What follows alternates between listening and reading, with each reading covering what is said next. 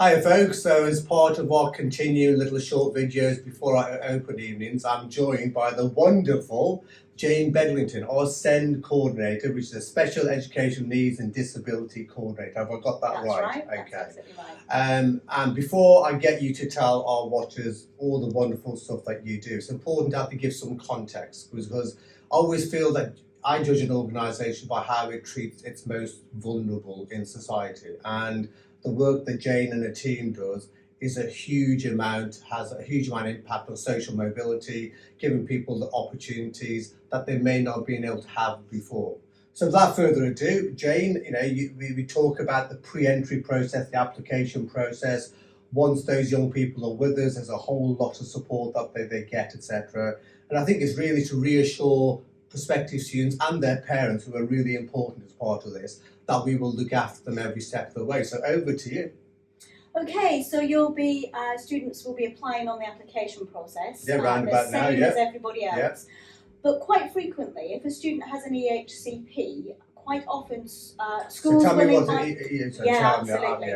Go on. So students who have an education, health and care plan, which means their needs are very specific and need more than the baseline support that we in college would offer.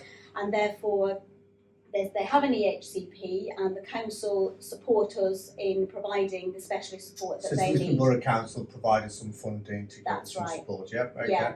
So I frequently go into the schools when the students having their review during their final year 11 to look at that transition planning, even before they've applied. And you talk to their staff and their supporters in Absolutely, the schools, they have the actual review, the council are there, their parents are there, the students there obviously as the most important person in that meeting. And I'm there to sort of suggest some solutions to their support for when they come to college. Diagnose what support they need, or identify, to assess what kind of support they need, and what we can offer, and what we need to do in preparation for them arriving in September. And once you've done that assessment, like diagnosis, there's that therapy and intervention, isn't there, to what support they need. So what kind of support do you look at, do you put in place when they do come?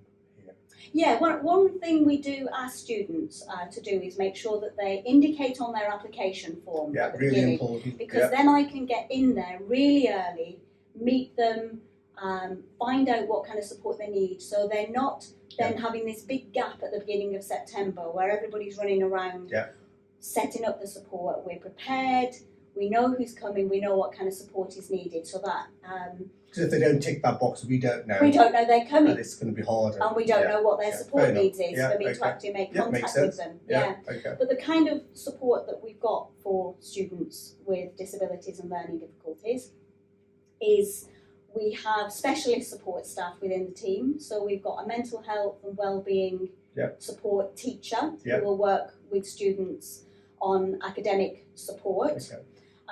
We have a specialist autism and ADHD supporter, and we also have a small group of specialist staff who work with students with dyslexia. And we've also got a specialist hearing impaired supporter and 3 British Sign Language communicators, and we've also got a specialist visually impaired teacher. Actually, I say visually impaired teacher, she isn't visually impaired. The support is there for visually impaired. So I very much use their vast experience to guide me in what support they need across the college. And we've got a physio room as well. Tell me a little bit more about that, because we've invested in a lot. Why did we do that? And why is it so important? Yeah, for a number of years we've had students who needed access to physiotherapy, they needed an accessible changing facilities, and we do have accessible toilets with ceiling hoists, high tables that move up and down, can't think of the right word. Yeah, that describes it beautifully. Absolutely.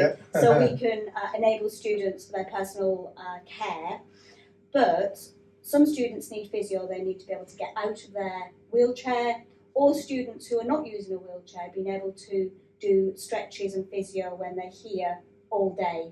So we've invested in this physio room, which is being used by 4 students on a time slot each day. Even though they don't need the actual personal one-to-one physio, they need to do their personal physio. So we've got a super room with washing facilities, with a lovely physio bed, and bean bags that students need. We put new bean bags in there because that's what a student needed to be able to rest on and do her physio at lunchtime. And you talk about all the wraparound specialist support, the British Sign Language, all the extra support. We do have lots of enrichment activities as well for those students and wider students. And you're heavily involved in one which is close to both our hearts. Absolutely, yeah. We run a specialist Duke of Edinburgh. Yeah, love that. So students who would find going into a large mainstream Duke of Edinburgh group a little bit too daunting. Yeah. It might be the first time they've done anything away from their families. So we do have a supported DofE, which I run, which is probably one of the highlight of my week. I love it. It's I've great. seen your smile before, during and after. I know you love it. Yeah, it's really, really good. And we also offer British Sign Language for students, any student on an enrichment. So we've got a group of 41 this year who have signed up on Enrichment Week to learn British Sign Language. And we've also, for the first time this week, one of our communicators has found a group of students, as she was when she was at college. Her first language was British Sign Language, but she's not deaf. But at home, that's her first language. Oh, wow. So she thought, I'm sure there's other students out here who we don't know are British Sign Language users. And we've got a little group there that we're just about to set up, so they've got time to socialise as British Sign Language users, even though they're not deaf, which is great. So we're tackling it from two sides. I'm really pleased about that this year. Brilliant. Okay, so folks, I'm going to kind of running out of time here, but any final messages? This is all in anticipation of the open evening.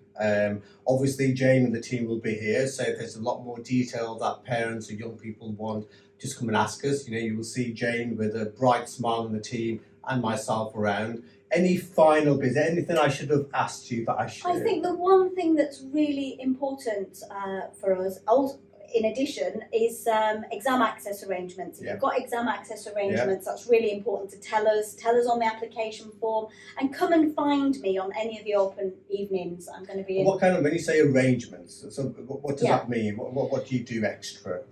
So a student who would be, their exam would be compromised if they didn't have the exam access arrangements, such as maybe extra time, a reader, a scribe, the use of a word processor, a modified paper, a small room of their own, all those kind of things that enable them then to perform to their potential so that they can achieve as they should do. So that's our way of removing any obstacles. Once again, we need to know. I think if we know, then we can do something about it. Yeah, and there's a place on the application form to tick that so that we can make sure that we carry that forward here from your schools.